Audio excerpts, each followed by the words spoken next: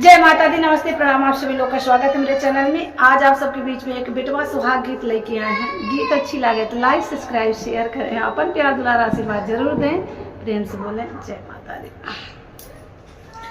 गीत थोड़ी सी बड़ी है तो गीत आप लोग पूरा सुने हैं तो अच्छी जरूर लगी।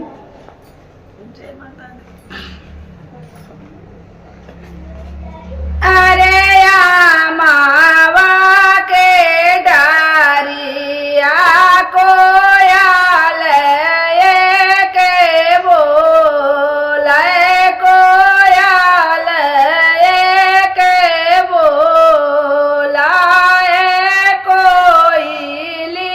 बोलाए, माधुर बोले राजा के सोहाग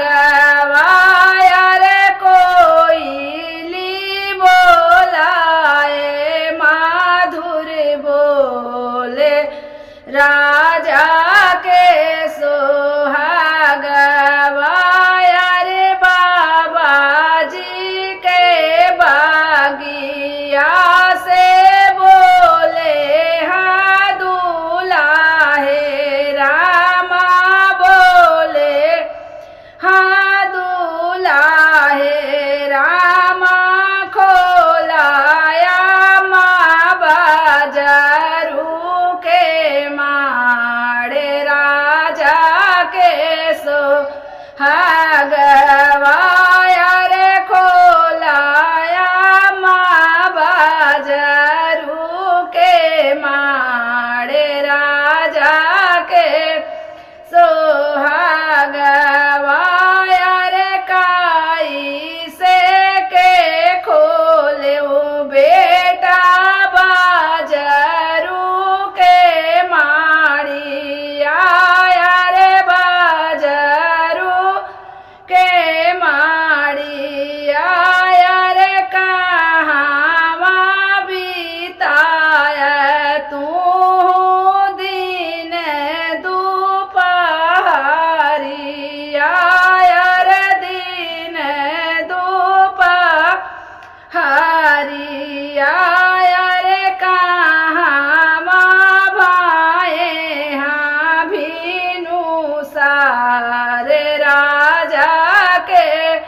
सोहाग रे कहाँ भाए हाँ भीन सारे राजा के सोहाग रे पापा जी के बगिया दिन दोपहरिया, अरे दिन दोपहरिया, अरे ससुरारी भाए भीनु सारे राजा के सोहाग रे ससुरारी भाए भीनु सारे राजा के सोहाग रे काई से के छीन बेटा सारी सारा जे काई से के छीन सगी सास राजा के सोहाग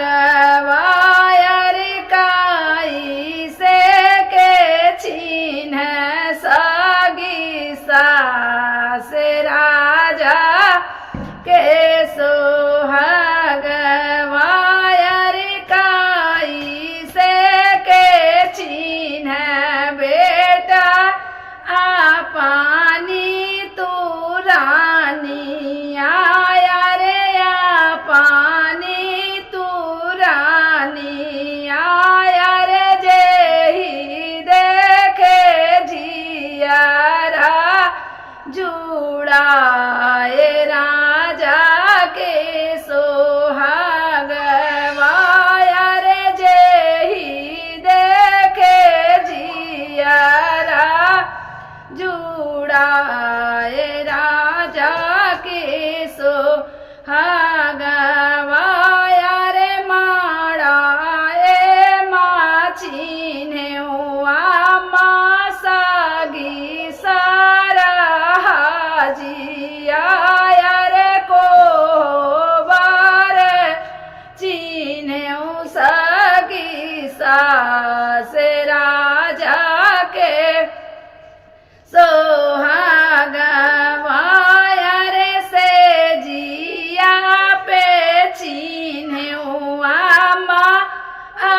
पानी निधानी आया रे या पानी ने रानिया अरे जे के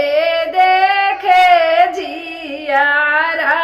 जुड़ाए राजा के सो